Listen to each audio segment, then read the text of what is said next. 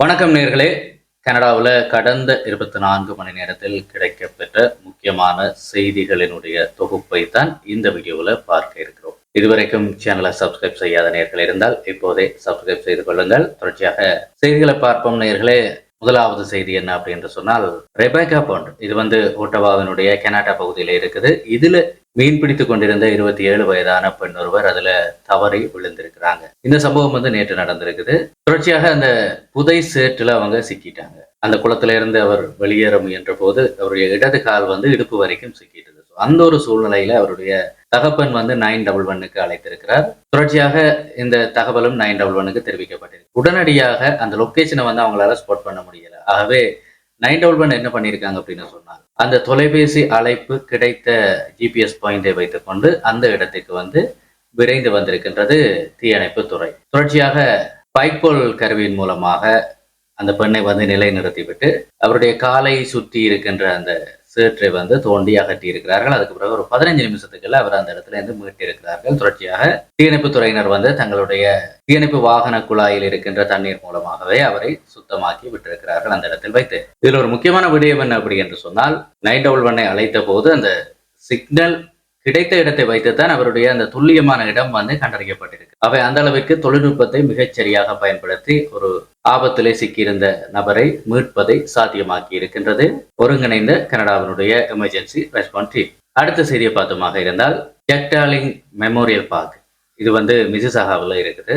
அதுல இருக்கிற ஏரியில கடுமையான அலை வீசி இருக்கின்றது. அந்த அலையில இழுபட்டு ஒரு பெண் ஒருவர் நேற்று உயிரிழந்திருக்கின்றார். உடனடியாக அந்த இடத்துக்கு விரைந்த தீயணைப்பு துறையினர் அவரை காப்பாற்றுவதற்கு எவ்வளவோ முயற்சி செய்திருக்கிறார்கள். ஆனால் இரவு 11 காலப்படி அந்த பெண்ணினுடைய உடலை அவர்கள் மீட்டிருக்கிறார்கள். உயிரிழந்த பெண்ணினுடைய குடும்பத்திற்கு அந்த தகவலை தெரிவிக்கிற வரைக்கும் இந்த இறந்தவர் யார் என்பது தொடர்பான விவரங்களை பொதுவெளியிலே பகிராமல் இருப்பதற்கு பீல் பிராந்திய போலீசார் தீர்மானித்திருப்பதாக ஒரு தகவல் வெளியாகி இருக்கின்றது. அதே போல அடுத்த செய்தியை பார்த்தமாக இருந்த நேரத்திலே, அல்பர்டா மாகாணம் கேன்மோர் மற்றும் போரிவர் முகாமுக்கு இடைப்பட்ட பகுதியில் நேற்று காலை 9 மணி 20 நிமிடம் அளவில் ஆண் ஒருவருடைய சடலம் மீட்கப்பட்டிருக்கிறது.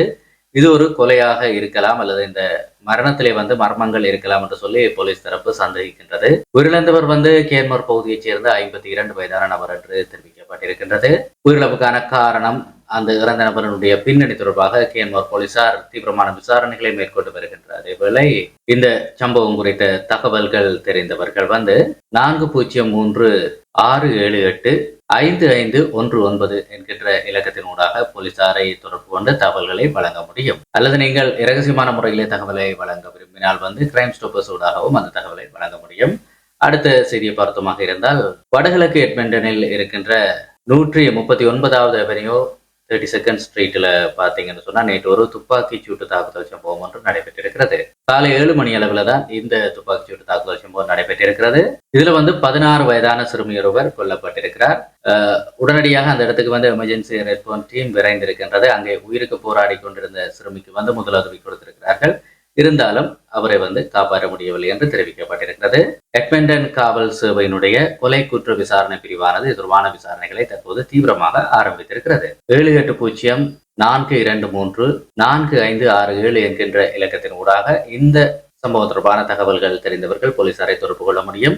அல்லது இரகசியமான முறையிலே கிரைம் ஸ்டாப்பர்ஸை தொடர்பு கொண்டும் தகவல்களை வழங்க முடியும் என்று தெரிவிக்கப்பட்டிருக்கிறது. போலீசாருடைய விசாரணைக்கு பொதுமக்கள் ஒத்துழைப்பு நல்குமாறு கோரப்பட்டிருக்கிறீர்கள். அடுத்த செய்தியை பார்த்தோமாக இருந்தால், மனிடோபாவினுடைய வினிபெக் நகரில் இருந்து 37 வயதான நபர் ஒருவர் 31 வயதான ஒரு நபரை எல்லையை கடத்தி சென்றிருக்கின்றார். தொடர்ச்சியாக அமெரிக்காவினுடைய நோர்த் டொகாட்டா நெடுஞ்சாலை ரோந்து படையானது எல்பிஆர் எனப்படுகின்ற உரிமத்தட்டு வாசிப்பு, அதாவது ஏஐ மூலமாக வாகன லைசன்ஸ் பிளேட்களை செக் பண்ணுவார்கள்.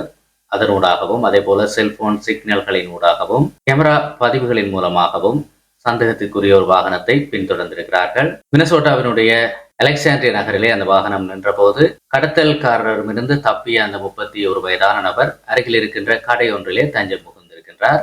டக்ளஸ் கவுண்டி ஷெரீப் மற்றும் அலெக்சாண்ட்ரியா போலீசார் இணைந்து அந்த கடத்தல்காரனை மடக்கி பிடித்திருக்கிறார்கள். தொடர்ச்சியாக கனடா மற்றும் அமெரிக்காவினுடைய எல்லை தாண்டிய கூட்டு முயற்சியினால் குற்றவாளி வெற்றிகரமாக பிடிக்கப்பட்டிருக்கிறார். அதே போல அந்த கடத்தப்பட்ட நபரும் தன்னுடைய சாமர்த்தியமான செயற்பாட்டினால் தப்பி இருக்கின்றார். மேலதிக விசாரணைகள் தற்போது நடத்தப்பட்டுக் கொண்டிருக்கின்றது. அடுத்த செய்தியை பார்த்தோமாக இருந்தால் நேர்களே, ஒரு பெரும் தொகை பணமானது ஒன்டாரியோவுக்கு வந்து ஒதுக்கப்பட்டிருக்கின்றது. குறிப்பாக ஒன்டாரியோவினுடைய பல நகர சபைகளுக்கு வந்து ஒதுக்கப்பட்டிருக்கிறது.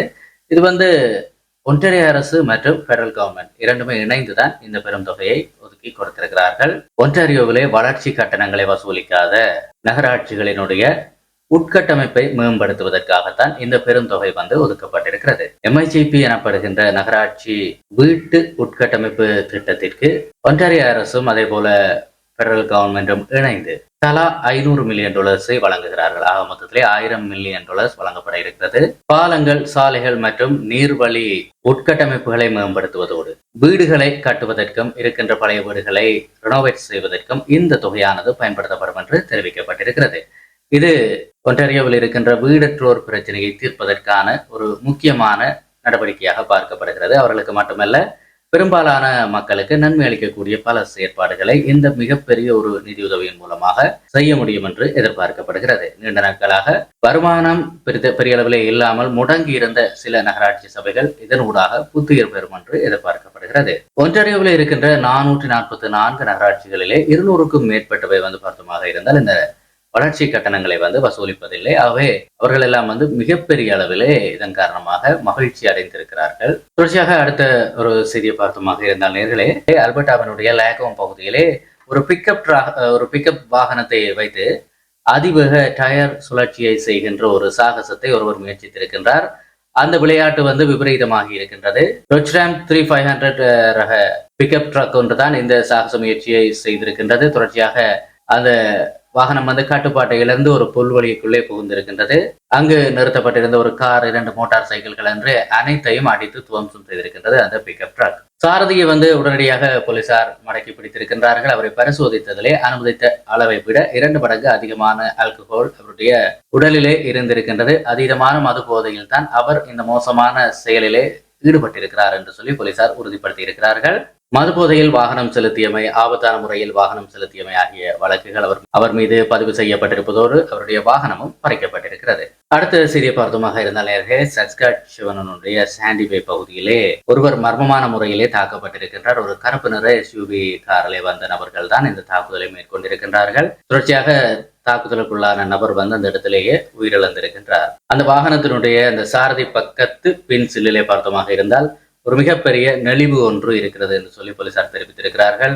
தொடர்பான அடையாளங்கள் தெரிந்தவர்கள் வந்து போலீசாரை தொடர்பு கொள்ளுமாறு கோரப்பட்டிருக்கிறீர்கள். ஒருவேளை அந்த வாகனத்தை நீங்கள் நேரில் கண்டால் உடனடியாக 911 அழைத்து தகவல்களை வழங்க முடியும்.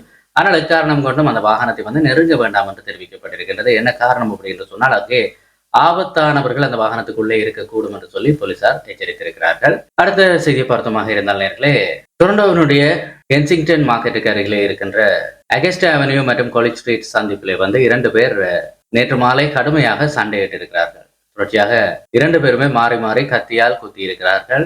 தற்போது இருவருமே மருத்துவமனையிலே அவசர சிகிச்சையிலே அனுமதிக்கப்பட்டிருக்கிறார்கள். மேலதிக விசாரணைகள் வந்து தற்போது போலீசாரால் செய்யப்பட்டுக் கொண்டிருக்கின்றது. இந்த மோதலுக்கான காரணம் என்ன என்பது தொடர்பான தகவல்கள் யாருக்காவது வேறு ஏதாவது தகவல்கள் தெரிந்திருந்தால் தங்களுக்கு தகவலை வழங்குமாறு போலீசார் கோரியிருக்கிறார்கள். தொலைபேசி இலக்கம் 41681400 என்கின்ற இலக்கத்தினூடாக நீங்கள் போலீசாரை தொடர்பு கொண்டு தகவல்களை வழங்க முடியும். இத்துடன் இன்றைய நாளுக்கான முக்கிய கனடிய செய்திகளுடைய தொகுப்பு முடிவுக்கு வருகிறது நேர்களே.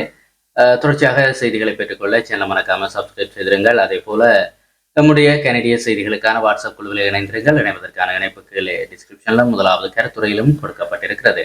மீண்டும் ஒரு வீடியோவுடன் சந்திப்போம். நன்றி.